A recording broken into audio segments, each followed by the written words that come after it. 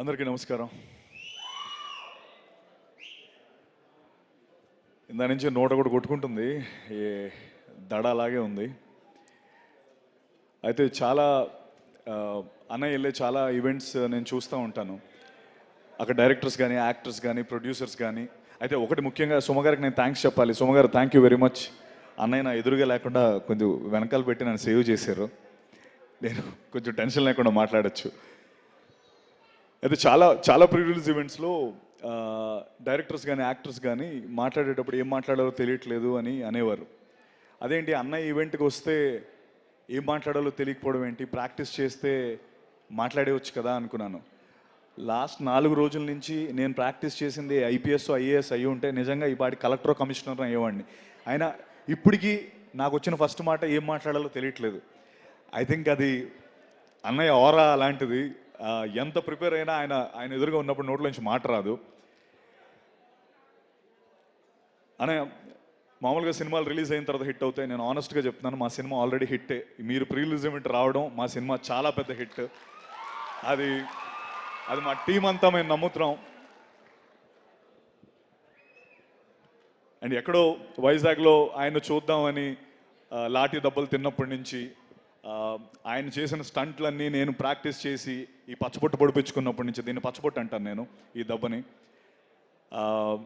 తర్వాత ట్రైన్కి హైదరాబాద్ వచ్చి ఇక్కడ అన్నీ ట్రై చేసుకుంటూ కింద మీద పడుతూ సినిమాల్లోకి ఎలాగైనా ఉండాలని వస్తున్న మా అందరికీ అన్నయ్య ఇప్పుడు యూజువలీ ఎవరెస్ట్ ఎక్కేటప్పుడు చాలామంది ఈ ట్రెక్కర్స్ అందరూ కొంత దూరం వెళ్ళి ఆగిపోతూ ఉంటారు.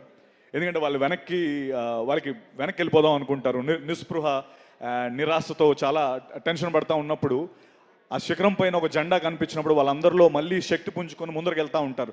అరే ఎవరో అక్కడికి వెళ్ళారు కదా, ఆ జెండా పెట్టారు కదా, దాన్ని చూసి మనం వెళ్దామని మనకు అనిపిస్తూ ఉంటుంది. నాలాంటి కోట్లాది మందికి ఇక్కడికి యాక్టర్స్ కానీ, డైరెక్టర్స్ కానీ, ఫిల్మ్ మేకర్స్గా వచ్చిన అందరికీ ఆ శిఖరం పైన జెండా చిరంజీవి అన్నయ్య. ఆ జెండా చూసే నేను కూడా శక్తి పుంజుకొని ఇండస్ట్రీలోకి వచ్చాను.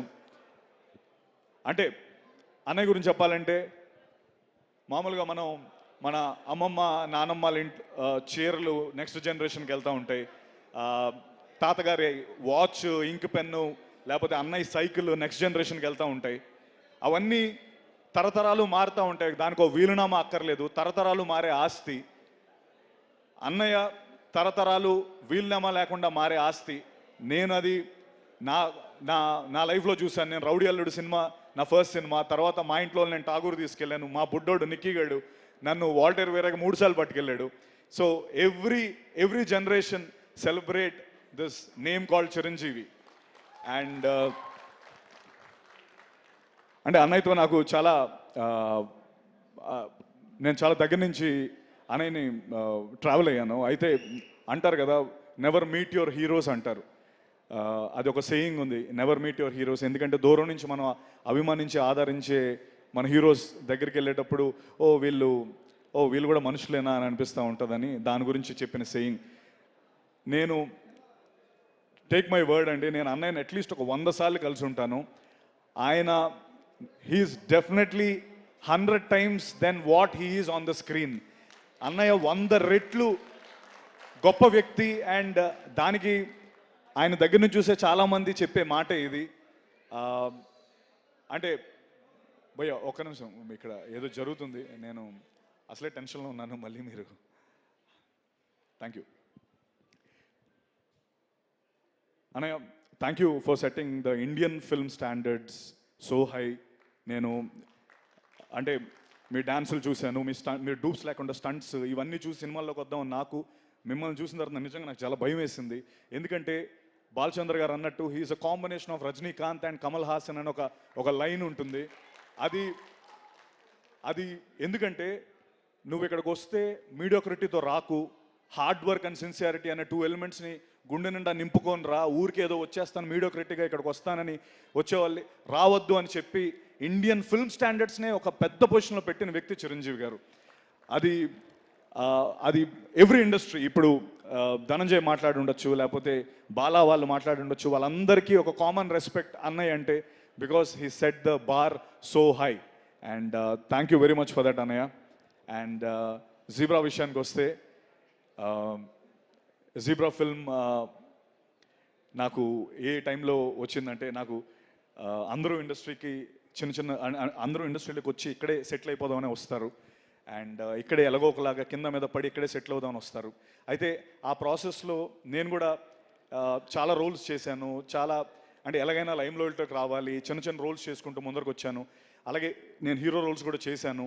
బట్ ఆ సినిమాలన్నీ ఏవి ఆడలేదు, సెట్ బ్యాక్స్ అయ్యి. ఇన్ఫ్యాక్ట్ కొంతమంది ఏదో క్యారెక్టర్ రోల్స్ చేసే సత్యాన్ని అలా చూడడం హీరోగా చూడలేకపోయామన్నారు.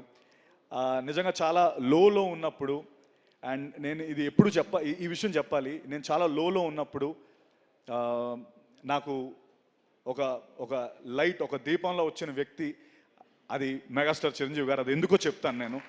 అది నేను చెప్పి తీరాలి. ఎందుకంటే నాకు 5 ఏళ్ళు ఉన్నప్పుడు అసలు ఎంటర్టైన్మెంట్ అంటే లేకపోతే ఏమీ తెలియని వయసులో ఆయన సాంగ్స్ చూసి ఎంటర్టైన్ అయ్యాను. అప్పుడు చిరంజీవి గారు ఉన్నారు. తర్వాత నా ఇంజనీరింగ్ ఫ్రెషర్స్లో నేను డ్యాన్స్ వేసి నా మిస్టర్ సిఎస్సి 4 years నేనే మిస్టర్ సిఎస్సిగా నేను ఉన్నప్పుడు అన్నయ్య ఉన్నారు.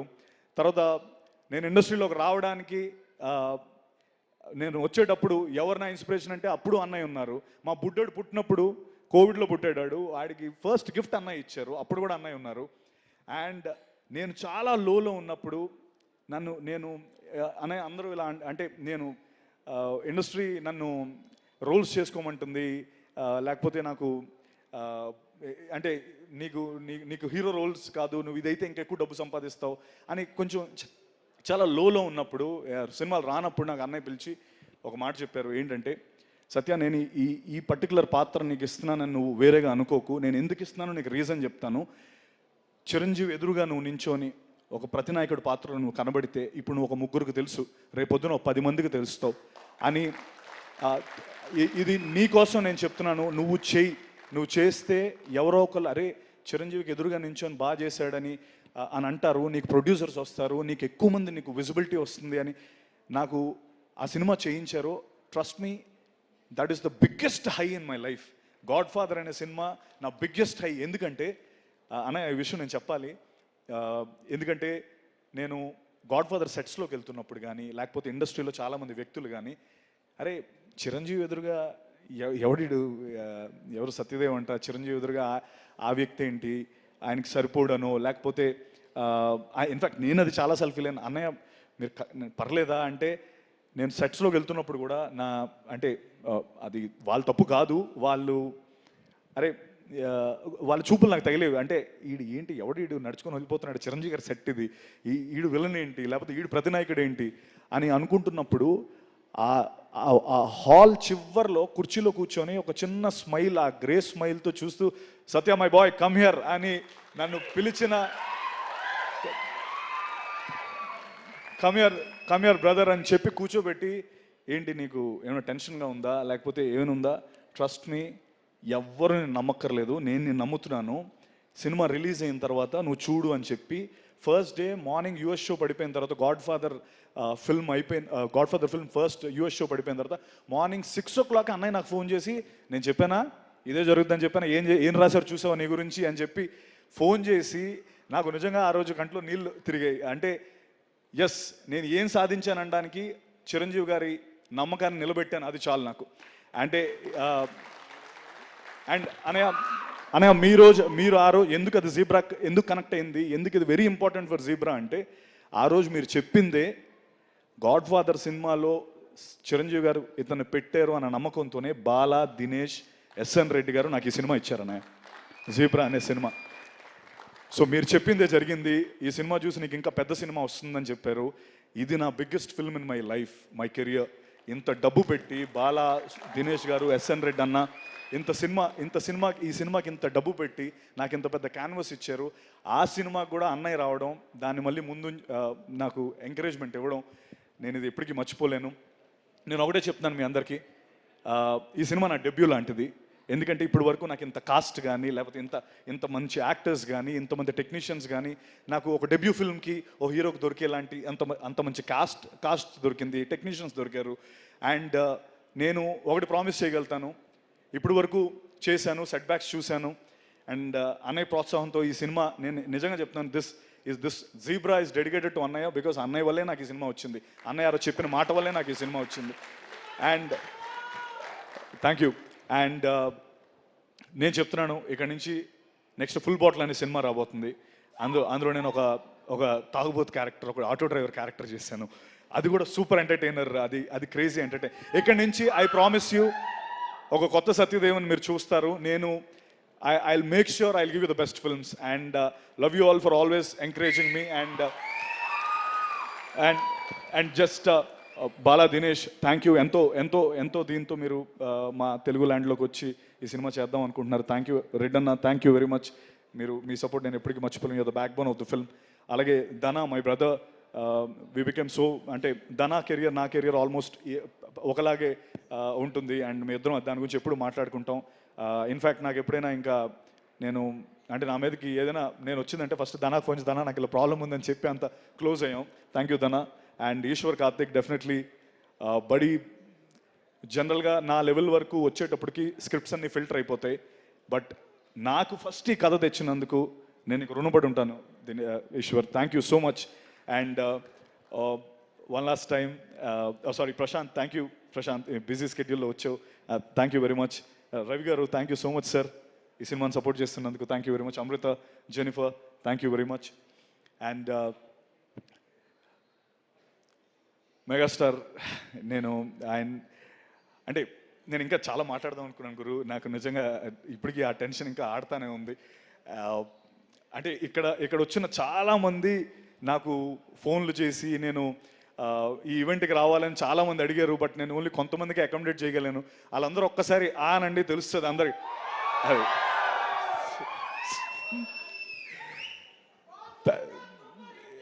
ఎస్, థ్యాంక్ యూ అన్య. I'm always your proud bacha.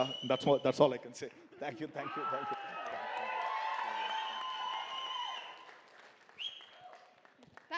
Thank you so much, Satyadev garu. I'm wishing you super success. Ee movie ki maatrame kaadu, raabothunnatuvanti full bottle ki kuda. And